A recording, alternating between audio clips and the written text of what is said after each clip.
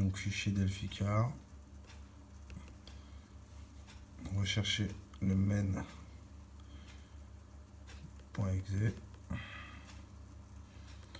Il y en a deux.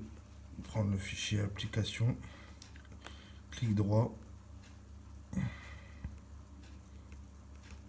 Clic droit.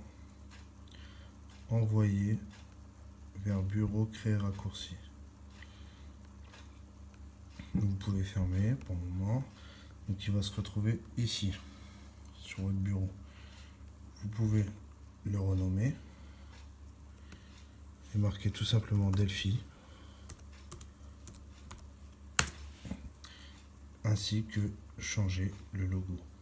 Ça sera votre application de lancement.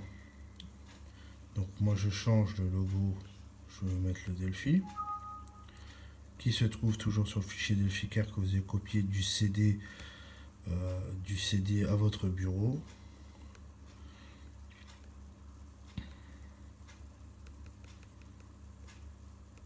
Qui est là. Le logo c'est celui-ci. Vous cliquez deux fois, OK. Appliquer, OK. Donc voilà, vous cliquez deux fois. Le logiciel va se lancer. Ça sera l'étape du craquage.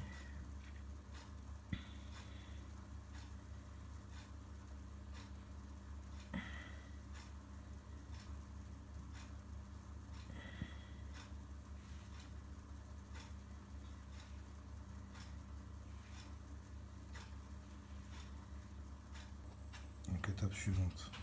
Suivant. Start. Vous mettez oui pour sauvegarder le fichier fil activation, ce qui vous permettra de craquer les licences. Vous mettez oui, vous mettez sur votre bureau le fichier. Donc voilà, là il est sur le bureau, il n'est pas encore activé. Il faudra tout simplement l'activer à partir du Keygen. Étape numéro 3 à venir. Les fils d'activation, donc sur votre CD vous avez écrit Keygen. Bien sûr, désactivez l'antivirus avant de faire ça, car il va détecter que c'est un virus lorsque ça ne l'est pas. Vous allez avoir une petite case noire qui va s'ouvrir. Vous cliquez sur Open. Vous recherchez tout simplement le fil d'activation qui est sur votre bureau, qui est là. Cliquez deux fois dessus.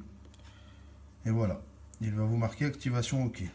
Maintenant, vous n'avez plus besoin de ce Keygen, ni du CD, pour le moment.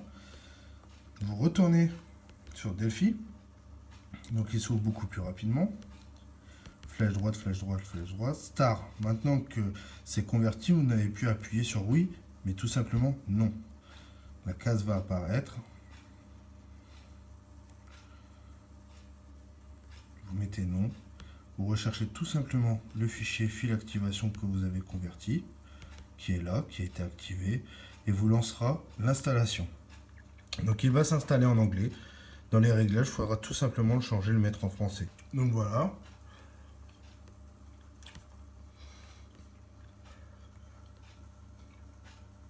Vous cliquez sur Setting, Langage.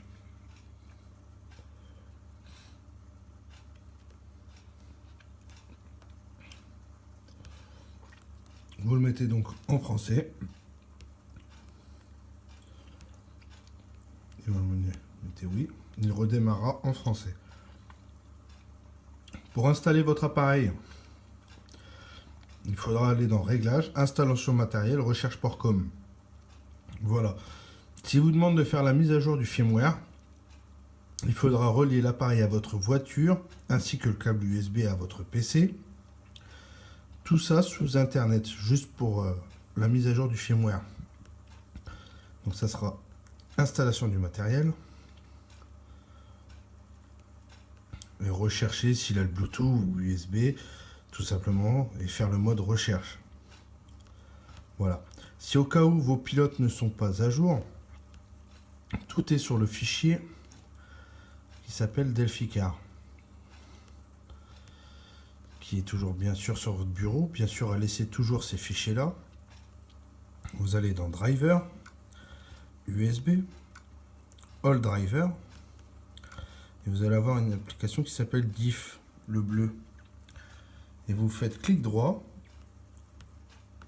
clic droit, exécuter en tant qu'administrateur, vous mettez oui, c'est juste pour faire une mise à jour des pilotes. Ne pas installer, installer ce pilote quand même. Comme ça, il s'installe. Et sinon, vous pouvez aussi celui-ci. Vous mettez toujours exécuter en tant qu'administrateur. Oui. Installer quand même. Voilà. Donc si au cas où, bon, vous allez voir que maintenant il redémarre beaucoup plus vite. C'est l'installation qui est un peu plus longue, mais après pour démarrer, une fois connecté votre appareil, à chaque fois il sera automatiquement connecté.